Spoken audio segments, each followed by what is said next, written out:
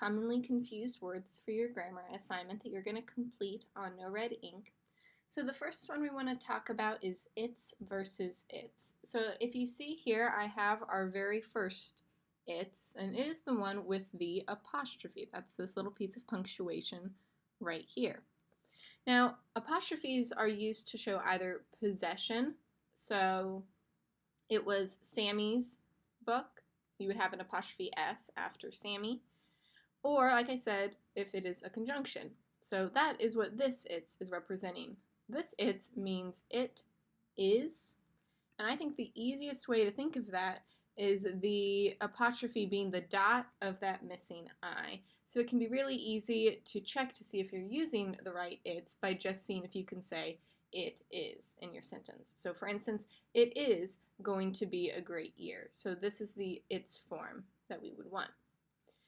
Now, the reason people get confused with this one so much is, as I mentioned before, a lot of times that apostrophe can denote possession, but when you're dealing with its, when it has no apostrophe is when it is in its possessive form.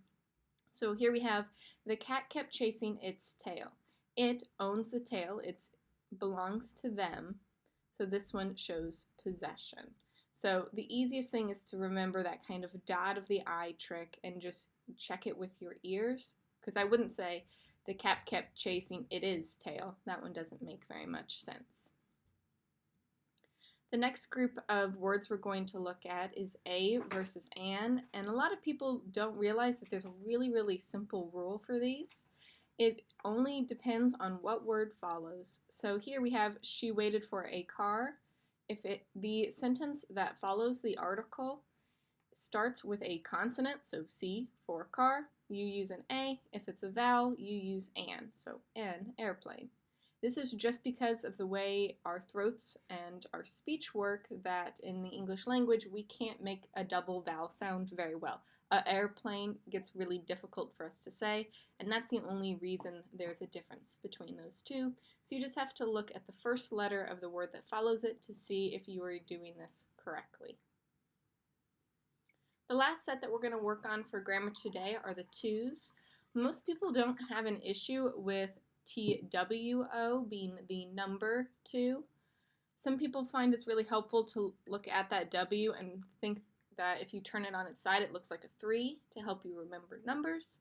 But again, most people don't really struggle with this one. It's the next two, pun intended, that people struggle a little bit more with. So if you're looking at the 2 that is just T-O, 2 letters, it's easiest for me to remember that you are having 2 locations. So I'm going to the store. I'm going from where I am to the store. We've got 2 locations.